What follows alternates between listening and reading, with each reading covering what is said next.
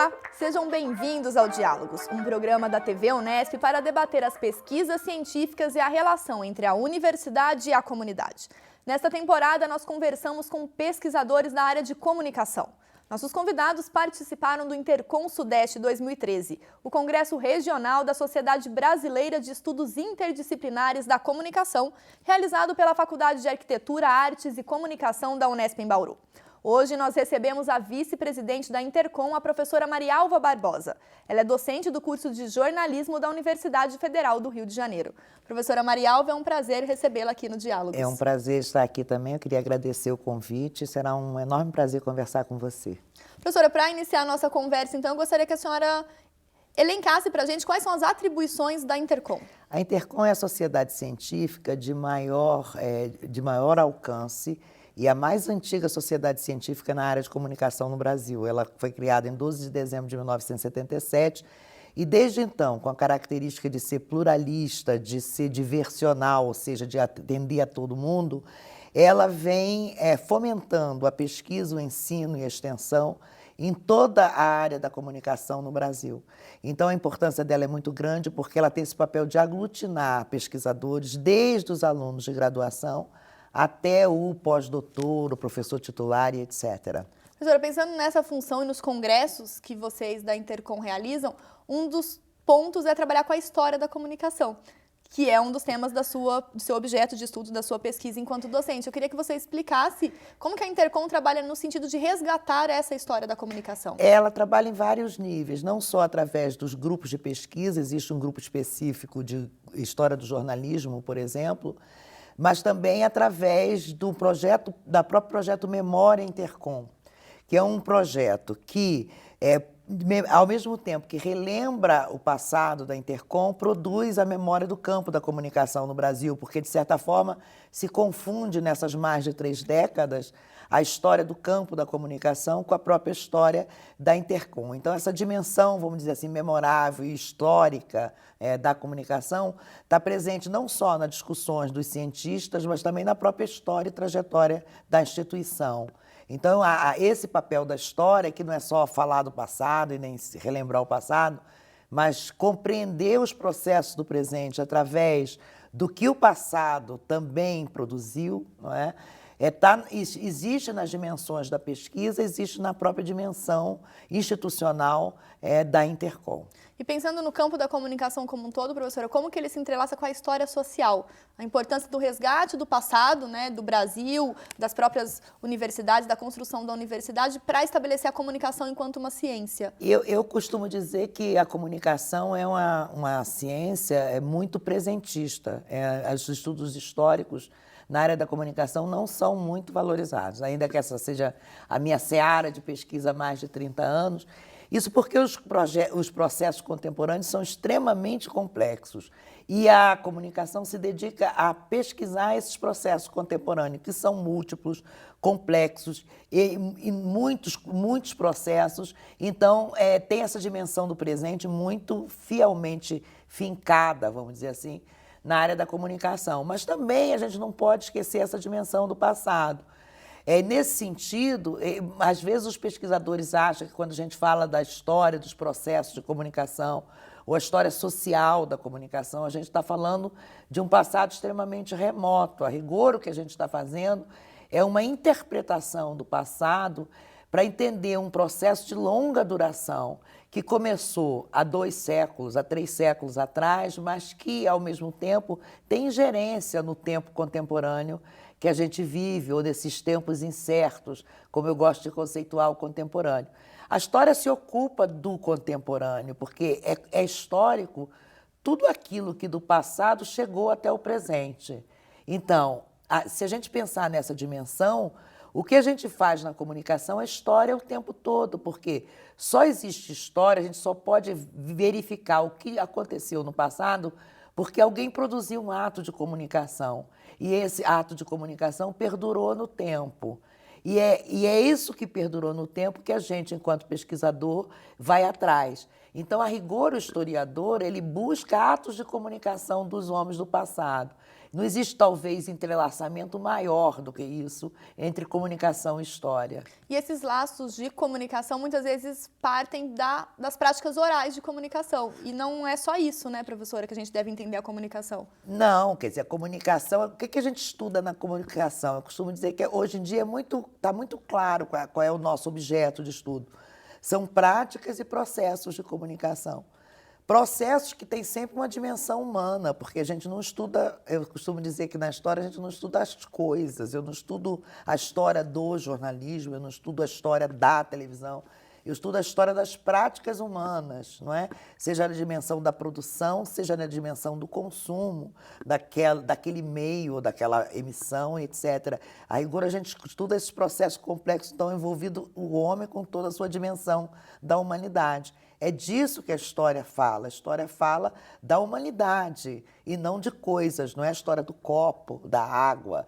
É do homem que bebeu a água, do homem que produziu a água. Então, é uma outra dimensão humana.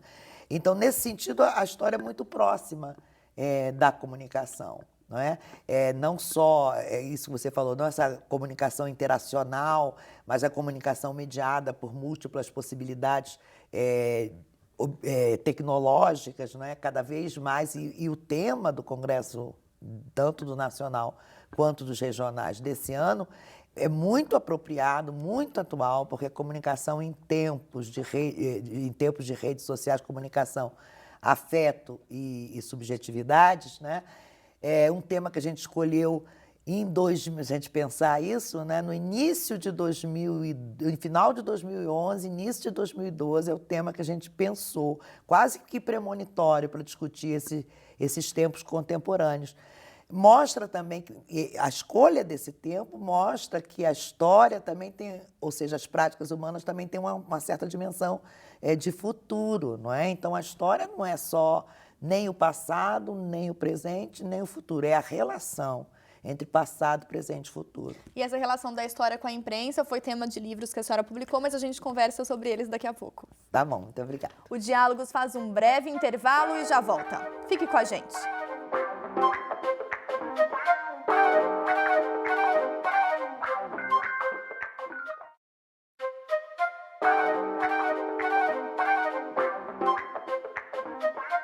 Estamos de volta com o Diálogos. Esta é uma série especial com pesquisadores da Intercom, a Sociedade Brasileira de Estudos Interdisciplinares da Comunicação. Conversamos hoje com a vice-presidente, a professora Marialva Barbosa.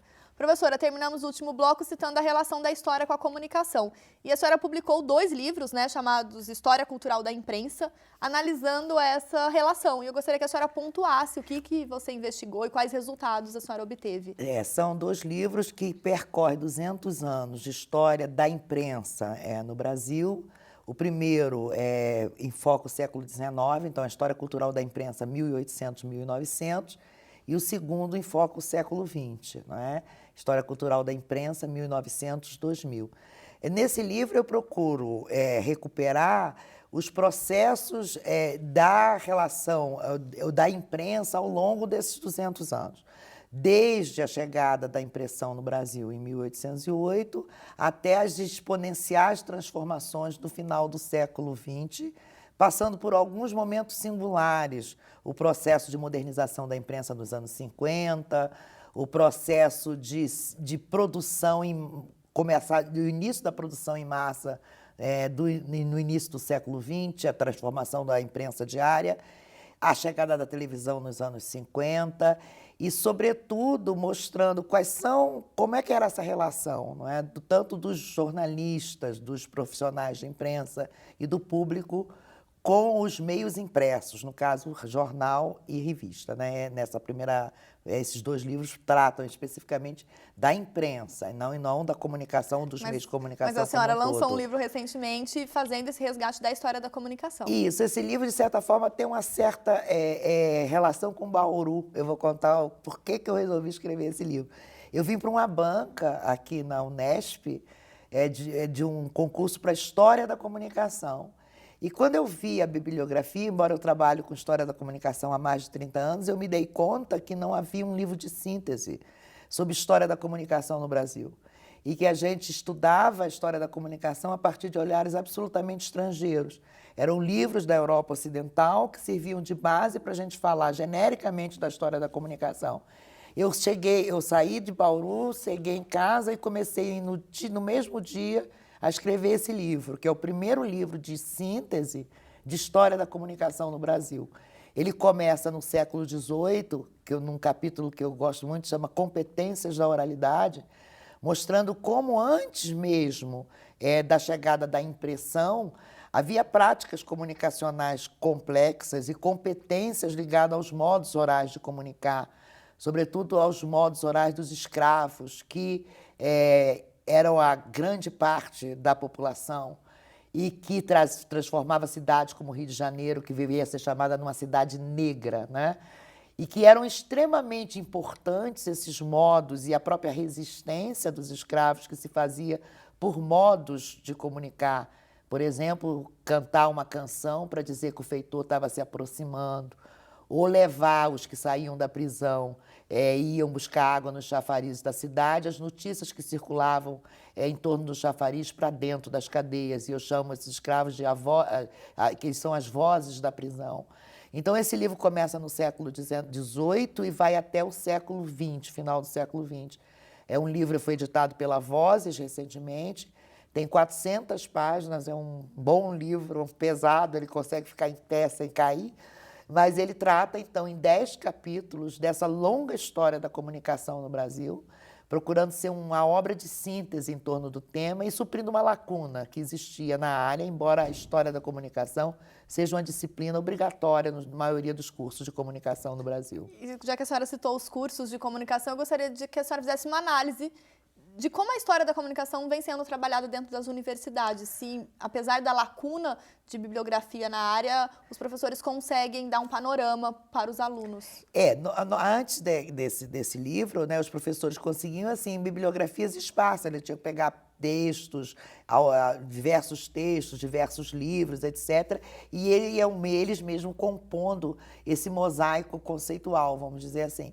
A história da comunicação, ou a história de uma maneira geral, nos cursos de comunicação, elas funcionam em 2 níveis. Claro que há mudança de currículo de regiões para regiões, de instituições para instituições. A maioria dos cursos tem a disciplina, no primeiro semestre, História da Comunicação, que exatamente enfoca ou os meios de comunicação, as práticas de comunicação, os processos de comunicação nessa longa duração.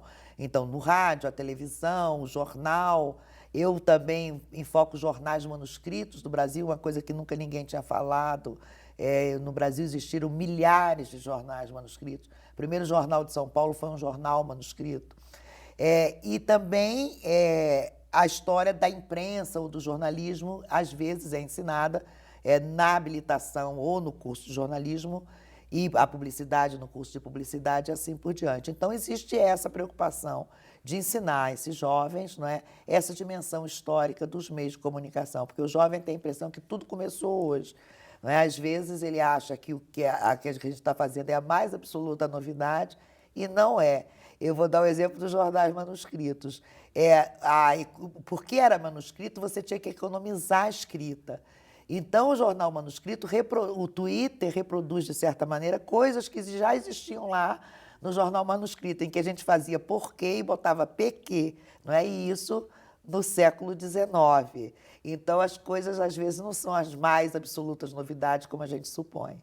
Professor, e os alunos, eles têm interesse nessa área de pesquisa ou eles acham que é uma questão muito teórica, eles estão em busca, num curso de comunicação, por exemplo, da prática? Não, a gente tem um perfil muito variado de aluno. Tem desde o aluno que se interessa mais pela parte prática, que é a maioria, porque o aluno ele vai para a escola, em princípio, para ele ter inserção no mercado. Uma universidade para ele aprender e dialogar com o mercado e ter um trabalho, evidentemente. Mas existe uma gama enorme de alunos que se interessa por essa área de pesquisa. E mesmo os que já estão estagiando, eu sou professora de História dessa disciplina lá na UFRJ, eles se interessam muito, não é? Recentemente, em função das manifestações, por exemplo, que a gente teve recentemente e que está tendo no Brasil, eu estava exatamente falando de 68, dos anos de chumbo, como a gente chama, e levei para eles verem a passeata dos 100.000, as imagens da passeata dos 100.000. Então, se o professor consegue fazer esse diálogo, não é, do passado com o presente, naturalmente o aluno se interessa. E um pouco mais sobre essa relação e a quem cabe o papel de resgatar essa memória, a gente conversa daqui a pouco. O Diálogos faz um breve intervalo e já volta. Não saia daí!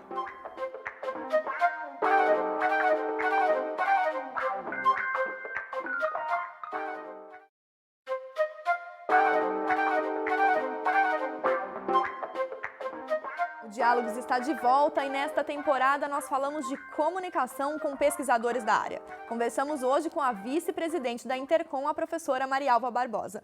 Professora, falando do resgate da memória, do papel da história da comunicação dentro da graduação, eu queria que a senhora pontuasse.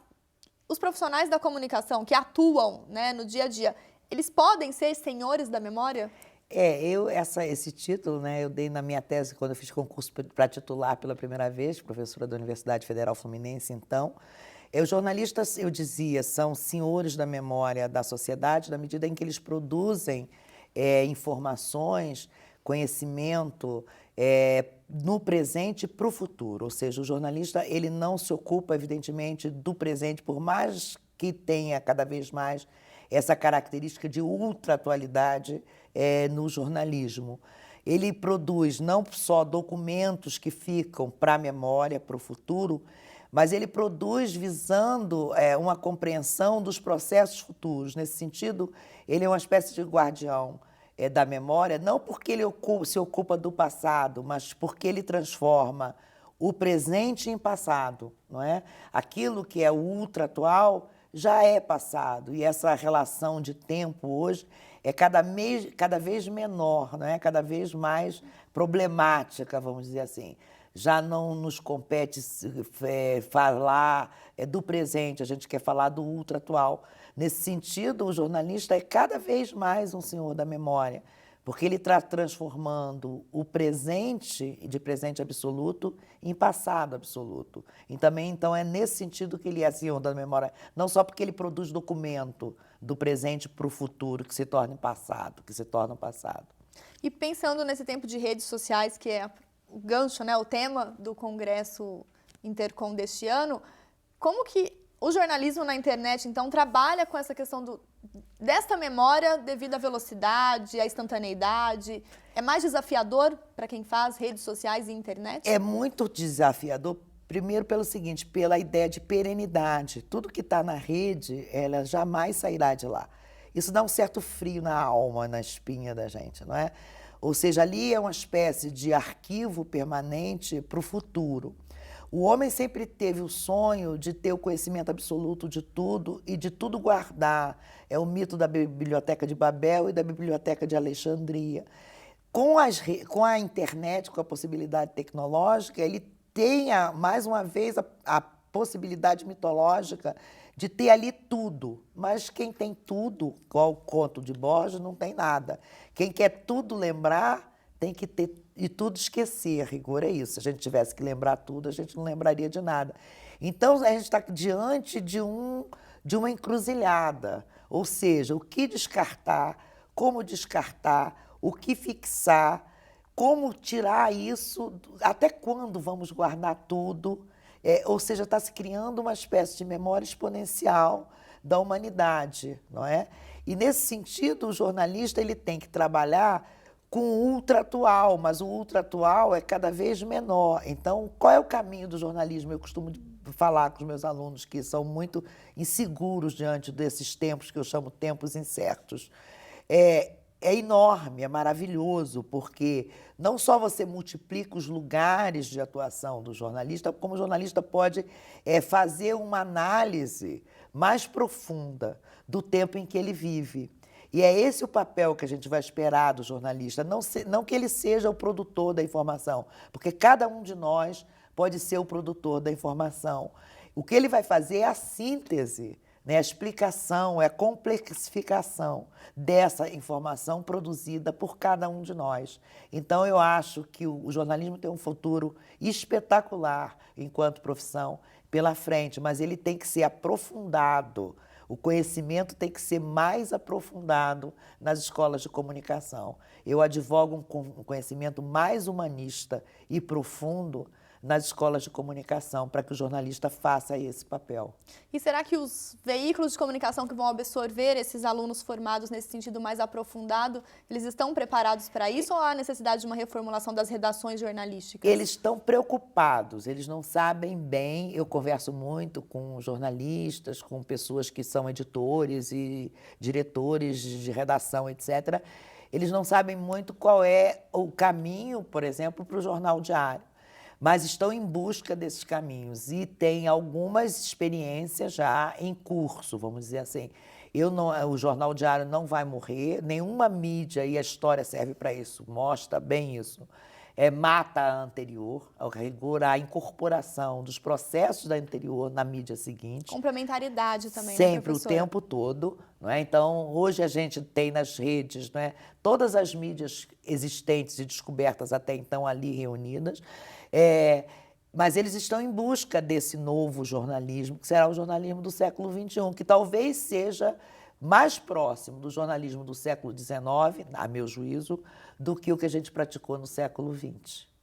E nesse século XXI, das redes sociais, das emoções, subjetividades, como fica o papel do público que recebe esses conteúdos desses profissionais que estão sendo desafiados ao tempo todo pelas modificações da imprensa, e da televisão e do rádio, da internet? O público, ele assume o lugar de protagonista, talvez como ele nunca tenha sido na história dos meios de comunicação.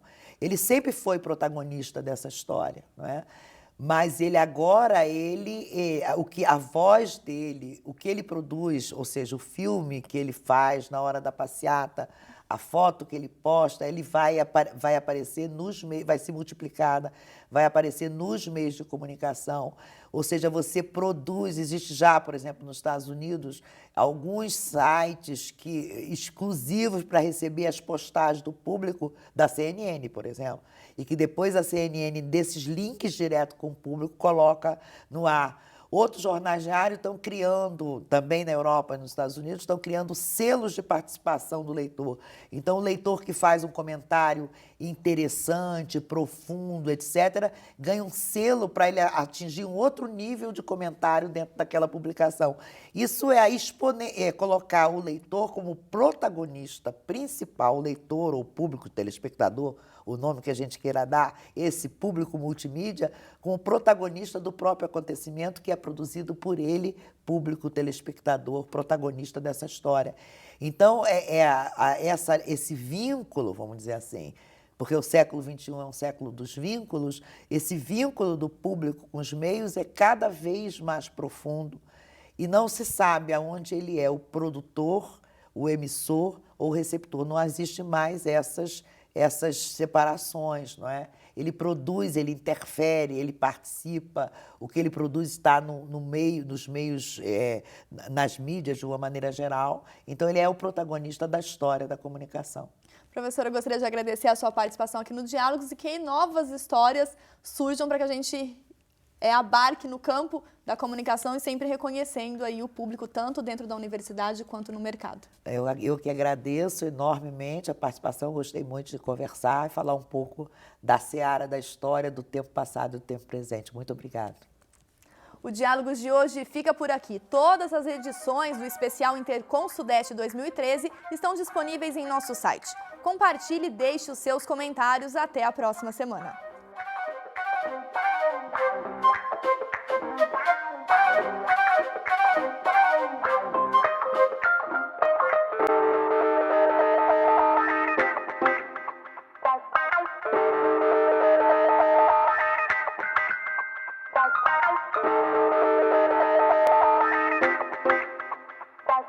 Bye.